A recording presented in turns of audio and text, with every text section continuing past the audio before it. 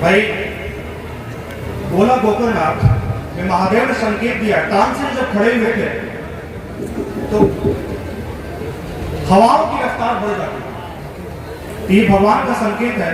मैं तानसेन के रूप में खड़ा हूं, आप सभी की मोहब्बत जरूर करें। मेरे भाई इधर में तो बहुत जोश है, मैं इधर से भी निवेदन करूंगा, आपकी तालियां लगातार मिल रही साहब, हम बिना जीएसटी के आपको भी पॉइंट करेंगे। हम कोई राजनीति बना दीजिए भाई, सब लोग मिल करके एक बार फिर जुड़ जाइए। कुछ बड़े लोग शेष रह गए हैं, उनका गंतव्य को पहुंचना है और कई समय में अपने उच्च उत्कर्ष तक पहुंचे। हम कोई राजनीति वाले तो है नहीं, हम कवियों की शक्लें देखें, हम कितने मासूम इज्जतदार लोग हैं। व्यंग का मूलता कवि हूं। मैं चाहूंगा कि इधर से भी भरपूर से नहीं मिले। सबसे पहले अग्नि पंक्ति को डिजिटल नमस्कार करता हूं। गोला गोकर्णनाथ के आप महादेव की इस भूमि के वंशजों को प्रणाम करता हूं और इस पूरे कवि मंच की तरफ से प्रणाम करता हूं। आप तालियां बजाते रहें, ये कोई विजय माल्या और नीरव मोदी के तिरही में नहीं आए होंगे। बहुत आराम से, बहुत प्यार से सुनने की जरूरत है साहब। बहुत अच्छा भाई, बहुत धन्यवाद। स्वागत स्वागत गोविंद भाई, वाह साहब। मुझे इस भूमि के बारे में पता है। महादेव ने अपने शिवलिंग के रूप में अपना वजन इस कदर बढ़ाया कि अहमी बलशाली समझने वाला रावण को हटा नहीं पाया, श्रीलंका नहीं ले जा पाया। इस पावन भूमि को मैं प्रणाम करता हूं, अंतिम पंक्ति के लोगों को प्रणाम करता हूं। खासकर मैं देख रहा था, मेरे पुलिस वाले भाई इस कोने में खड़े हैं, अभी भी दिख रहे हैं लोग। उनकी उपस्थिति को बारंबार करता हूं क्योंकि हम लोग को कवि सम्मेलन के बाद अपने घर भी वापस जाना है। अगर दरोगा जी भी दिख रहे हैं, अभी 2-3 बार चक्कर काट के गए हैं, उनका भरपूर समर्थन चाहूंगा, उनका स्नेह और आशीर्वाद प्यार सब मिले। साहब की अनुशासन प्रणाली को भी प्रणाम करता हूं। आपको मजे की बात बताता हूं भाई बंधु, सुने आप। अभी सुबह सुबह शुद्ध जल पीने के बाद दरोगा जी गलती से किसी कारणवश कुएं में गिर गए। मजा लीजिए आप। हवलदार जी को आवाज आई कि बचाओ बचाओ। उन्होंने रस्सा रजनीकांत की तरफ घुमाया, फेंका और देखा जब एक फलांग की दूरी थी, उन्होंने देखा ये तो दरोगा जी फ्री स्टार्ट, तुरंत रास्ता छोड़ के जय हिंद साहब। नहीं मजा आएगा आएगा। डीएसपी साहब को पता चला, डीएसपी साहब को पता चला कि उनका दरोगा जो है वो कुएं में गिरे हुए हैं। उन्होंने भी रस्सा घुमाया, फेंका, वो भी जब एक फलांग की दूरी रही। जब दरोगा जी ने देखा कि हमारे डीएसपी साहब फ्री चमकीले स्टार, उन्होंने भी रस्सा छोड़ा और बोला जय हिंद साहब। मैं अपने पुलिस भाइयों के सम्मान के छेड़ रखता हूं, मंचों से बहुत बड़ा आपकी तरफ से दाद जरूर मिलनी चाहिए। रखता हूं। सुने, अभी बदाव भैया के कावे पाठ के बाद कई लोग यहाँ से उठकर चले गए। मुझे पक्का पता है कि वो झंडा उंडा खरीद के, डंडा उंडा खरीद के बिल्कुल पाकिस्तान की जाके छाती तक गिरा के आएंगे। पढ़ता सुनिए, जो बंदे इधर से उधर जा रहे थे, जो बंदे इधर से उधर जा रहे थे, सबब मैंने पूछा तो हक ला रहे थे। तालियां आप मिलेगी। जो बंदे इधर से उधर जा रहे थे, सबब मैंने पूछा तो हक ला रहे थे। करे गर्व कैसे न उन सैनिकों पर, करे गर्व कैसे न उन सैनिकों पर, तिरंगे में लिपटे जो घर जाए। अच्छा अब तक इधर के कोने के भाई लोग शाम थे, उन्होंने सब कुछ तालियां बजाई। बहुत अच्छा लगा आपके स्नेह, इसी तरीके से आपका स्नेह मिलता रहे, भरपूर समर्थन मिलता रहे। दो मुक्तक रखता हूं, अपनी अपनी माताओं के श्री चरणों में आप जरूर मेरे तरफ से निवेदित करें। पहला मुक्तक, दिल तक पहुंचे, आपके तरफ से मोहब्बत रिटर्न मिलनी चाहिए। अभी कुछ भाई खड़े दिख रहे हैं, उनसे आग्रह करता हूं कि बैठ जाए। ज्यादा देर तक खड़े रहने पर पुरुषों के पांव भी भारी हो सकते हैं और पुरुषों का पांव भारी अच्छी बात नहीं। तो सुनिए, बात जब भी होती है अपनों की, बात जब भी होती है अपनों की, मां से ज्यादा कोई करीब नहीं। बात जब भी होती है अपनों की, मां से ज्यादा कोई करीब नहीं। आदमी वो बहुत ही अभागा है, मां की ममता से नसीब है। माँ की ममता किसे नहीं मिलती। अच्छा है कोई जवाब। यूं तो इधर से भी मोहब्बत मिलती है, यूं तो रिश्ते तमाम बेहतर हैं, यूं तो रिश्ते तमाम बेहतर हैं, हाँ मगर मां से कौन अच्छा है। यूं तो रिश्ते तमाम बेहतर हैं, हाँ मगर मां से कौन अच्छा है। आदमी कितना भी बड़ा हो जाए, मां की नजरों में फिर भी बच्चा है। बच्चा है। मां की नजरों में फिर भी बच्चा है। क्या बढ़िया बात। भाई बहुत देर से देख रहा था, तकरीबन 3 घंटे हो गए, आपकी दाद देने की टाइमिंग बड़ी कमाल की है। मुझे खुशी है इस बात की कि आपको साहित्यिक समझ है। और गोला गोकर्णनाथ की कि लोग जो हैं वो भी बड़े पढ़े लिखे हैं, मुझे इस बात का पता चला। मैं इसका एक प्रमाण देता हूं, मैं राजनीति का कोई बंदा नहीं हूं भाई, न तो हम बीजेपी के, न भाजपा के, न आपके, हम तो हैं केवल अपने बाप के। स्पष्टोक्ति कहते हैं इसको। सुनिए, मैं बिल्कुल सटीक प्रमाण देता हूं, अगर प्रमाण अच्छा है तो मेरे लिए ताली नहीं मिलेगा। एक किसी कोने में भाई बैठा हुआ है, वो लड़का उसी वाक्य और उसी घटना का हिस्सा है, उसके सम्मान में बजा देना आप। 4 लोगों की पंचायत बैठी थी, मंच का भी ध्यान चाहूंगा। मैंने पूछ लिया कि भाई आप ये बताएं महाभारत क्यों हुआ। पहले का जवाब सुनिए, महाभारत किस लिए हुआ, क्योंकि महाभारत काल था। दूसरे का जवाब सुनिए, महाभारत इसलिए हुआ, धृतराष्ट्र की कहीं कोई गलती नहीं हो, तो बेचारा अंधा है। ऐसे भी राजा अगर अंधा हो, पहरा हो और गूंगा हो, तो गलती राजा की नहीं है, गलती बिठाने वाले की। मैं बात बीच बीच में वैसी कहूंगा जिस पर आपको समझ में अभी नहीं आए, घर पर आएगा, लेकिन तालियां अभी आप जरूर बजाएंगे। दूसरे का ये कहना था कि देखिए साहब, महाभारत की वजह केवल और केवल द्रौपदी, सारे राड़ विराड़ की जड़ वही है। तीसरे की बात सुनिए, तीसरे ने कहा कोई वजह इस तरीके की सब बेकार की बातें, धृतराष्ट्र, द्रौपदी, केवल और केवल दुर्योधन जिद्दी अहमी। चौथे की बात अगर आपको अच्छी लग जाए, उस बच्चे के सम्मान में तालियां बजाना, क्योंकि आपके ही शहर पर। उसने कहा नहीं ऐसी कोई बात नहीं है, सिर्फ वजह एक है कि महाभारत हुआ, उन दिनों यूपी पुलिस नहीं थी। अगर होती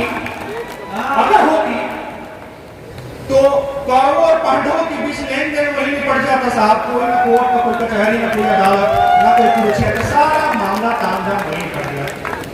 तो उस बच्चे के लिए तालियां, थोड़ी आपकी कमजोर है, आपके शहर का बच्चा है भाइयों। 4 लाइनें रखता हूं, सुने। एक रहे धृतराष्ट्र हमारे, एक रहे धृतराष्ट्र, एक रही इटली वाली बोलते ही सबके दिमाग में समझ में आ जाता है, पढ़े लिखे लोग हैं।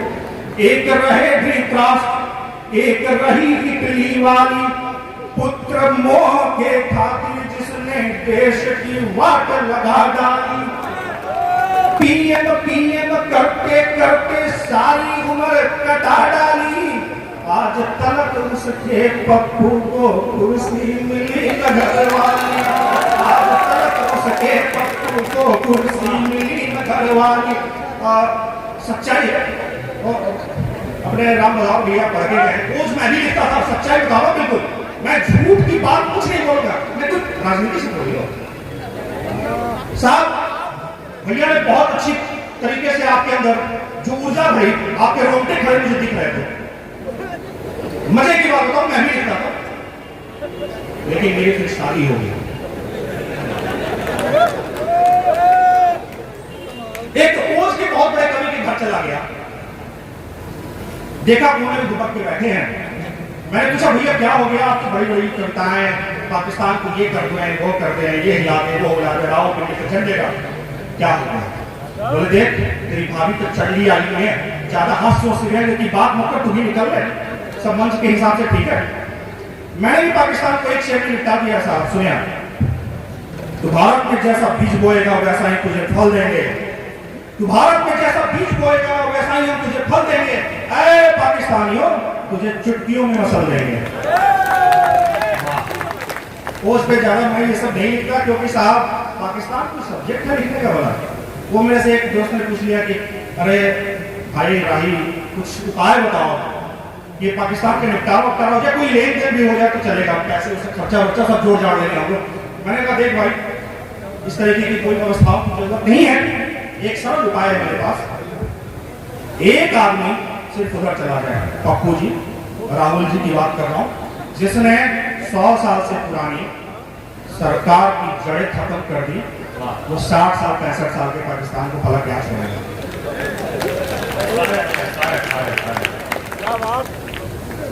एक नए किस्म का प्रयोग रखता हूं, इस तरीके का प्रयोग आपको कभी सुनने को नहीं मिला होगा, ये दावा देता हूं। भैया संचालन कमाल का है, मेरे बहुत प्यारे भाई हैं, मुझे बहुत प्यार करते हैं, और इनको मजे की बात, इनको मैं भी बताऊं, मैं भी बहुत करता हूं, इनको पता नहीं बस। सुनिए आप, एक नए किस्म का प्रयोग है, व्यंग है, आप तक पहुंचे, मैं ये जहमत उठा रहा हूं कि आप तक रखने की कोशिश कर रहा हूं, क्योंकि मैंने जो आपके चेहरे पर वो ललाट पर जो आपके केस देखा है ना साहब, मुझे विवश होना पड़ा कि ये मैं रख दूं। व्यंग सुनिए, यहां कवि सम्मेलन में आने से पहले हम सारे कवि मित्र मेरे घर के पार्क में बैठकर इंग्लिश का अखबार पढ़ा। अच्छा, इंग्लिश का अखबार बताना जरूरी है ताकि हमारी पहली पंक्ति के लोग समझ जाएं कि पढ़े लिखे कवियों को बुलाया गया है और महंगे कवियों को बुलाया गया है। तो अंदर से मेरा भतीजा दौड़ के आया, नाम चिंटू, बोला कि भैया ये सब क्या चल रहा है, ईवीएम उड़ा के ले गए, ईवीएम उड़ा के ले गए, ये सब बेकार की बातें हैं, ईवीएम क्या उड़ा के ले गए। मैंने कहा देख बेटा, ऐसा कुछ नहीं है, ईवीएम सचमुच उड़ा के ले गए, ऐसे तो मेरे हिंदी वाले सर भी ईवीएम उड़ा के ले गए। मैंने कहा तुम्हारे हिंदी वाले सर बेटा ईवीएम कैसे उड़ा के ले गए? भैया तुम्हारे हिंदी वाले सर ईवीएम उड़ा के कैसे ले गए? लड़के का जवाब सुनिए, मेरे हिंदी वाले सर इंग्लिश वाली मैम को उड़ा ले गए, ईवीएम, इंग्लिश वाली मैम को उड़ा ले गए। ऐसा हो जाता है, शॉर्टकट का जमाना है। ओम भैया बैठे हुए बहुत अच्छा, यही बैठे हुए थे, समस्या ये बहुत बड़ी है, जो जहां बैठा वहां पर नजर नहीं आता और वहां का काम नहीं चलता है।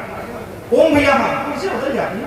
ओम भैया बैठे हुए थे, बहुत अच्छा काव्य पाठ किया उन्होंने, वो और मैं ट्रेन में जा रहे थे। ओम भैया का मोबाइल मेरे पास रह गया, तब तक उनकी गर्लफ्रेंड का मैसेज आ गया, उस पर लिखा हुआ था पागल पागल। तो सुनिए मैंने क्या कहा, मैंने कहा भैया आपकी गर्लफ्रेंड आपको पागल लिख के भेजती है, मैसेज मत करना पागल, मेरी वाली तो मुझे जान सोना पागल कहती है। भैया का जवाब सुनिए, ये शॉर्टकट का जमाना है प्रवीण भैया, पागल नहीं लिखा इन्होंने, इन्होंने लिखा पापा आ गए हैं अब लोग। बहुत अच्छा, भाइयों को समझ में आया, बहुत ही बेहतर। ये मैंने कोशिश किया था आप लोगों के बीच रखने का, नया किस्म का प्रयोग था।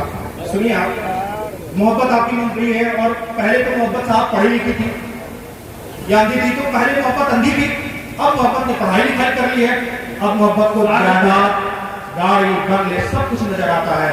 चार पंक्तियां रखते हैं, सुनिए आप, तुम्हारे दिल के हाईवे पे, नए किस्म का प्रयोग है, तुम्हारे दिल के हाईवे पे सुनो मैं जब भी चलता हूं, तुम्हारा खर्च मुझको टोल से भी महंगा पड़ता है, तुम्हारा खर्च मुझको टोल से भी महंगा पड़ता है, तुम्हारे दिल के हाईवे पे सुनो मैं जब भी चलता हूँ, तुम्हारा खर्च मुझको टोल से भी महंगा पड़ता है। लो आई फरवरी देखो करेगी गर्द ये बेड़ा, वो पिछले साल का कर्जा सुनो मैं अब भी भरता हूँ, वो पिछले साल का कर्जा सुनो मैं अब भी भरता हूँ। सचमुच समस्या यही है साहब, 14 फरवरी जिसने बनाया बेड़ा गर्क कर रखा उसने। भाई पहले सब कुछ ऐसा था, ये एंटी रोमियो स्क्वाड वाले 14 फरवरी के लोगों को कहीं उठा कर ले जाते हैं, इसमें माननीय योगी जी की कहीं कोई गलती नहीं है। देखिए ऐसा है कि थोड़ी बहुत खांसी आ रही है, हो सकता है ये लक्षण हो कि अगला सीएम मैं भी बन सकता हूँ।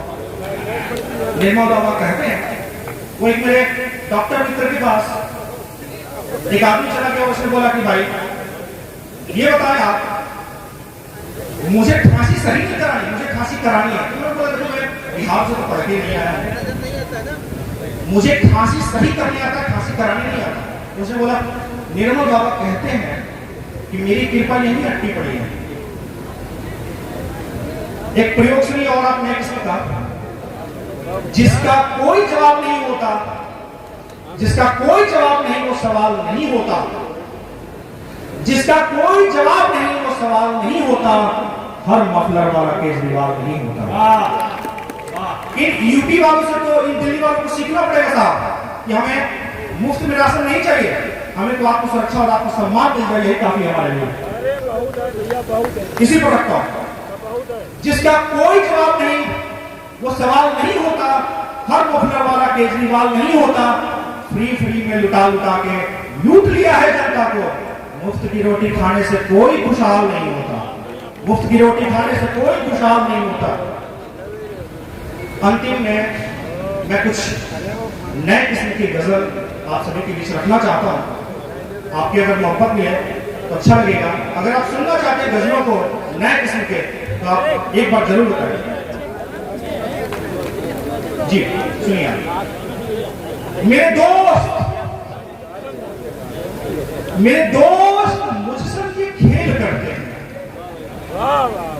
मेरे दोस्त मुझसे ये खेल करते हैं, तेरे नाम से मुझे ब्लैकमेल करते हैं, तेरे नाम से मुझे ब्लैकमेल करते हैं। न जानेंगे वो कभी इश्क की कीमत, न जानेंगे वो कभी इश्क की कीमत, जो लव लेटर से रद्दी में सेल करते हैं, जो लव लेटर से रद्दी में सेल करते हैं। राफेल का इससे बढ़िया प्रयोग नहीं सुना होगा आपने। मोहब्बत से दुश्मनी को जीते हैं हम, मोहब्बत से दुश्मनी को जीते हैं हम। ये काम कहां देखो राफेल करते हैं, ये काम कहां देखो राफेल करते हैं। अंतिम कड़ी और फिर अपना स्थान लेता हूं साहब। कहां है तू मुझे इतना बता दे, कहां है तू मुझे इतना बता दे, मरीजे इश्क हूं मुझको दवा दे। अपने भाइयों को समर्पित करता हूं। अगर मुझसे कोई उल्फत नहीं है, अगर मुझसे कोई उल्फत नहीं है, मेरी तस्वीर बटुए से हटा दे, मेरी तस्वीर बटुए से हटा दे। बड़ा मुश्किल है मुझे भूल जाना, बड़ा मुश्किल है मुझे भूल जाना। तू खत चाहे मेरे सारे जला दे, तू खत चाहे मेरे सारे जला दे। बहुत अच्छा लगा, बहुत बहुत धन्यवाद।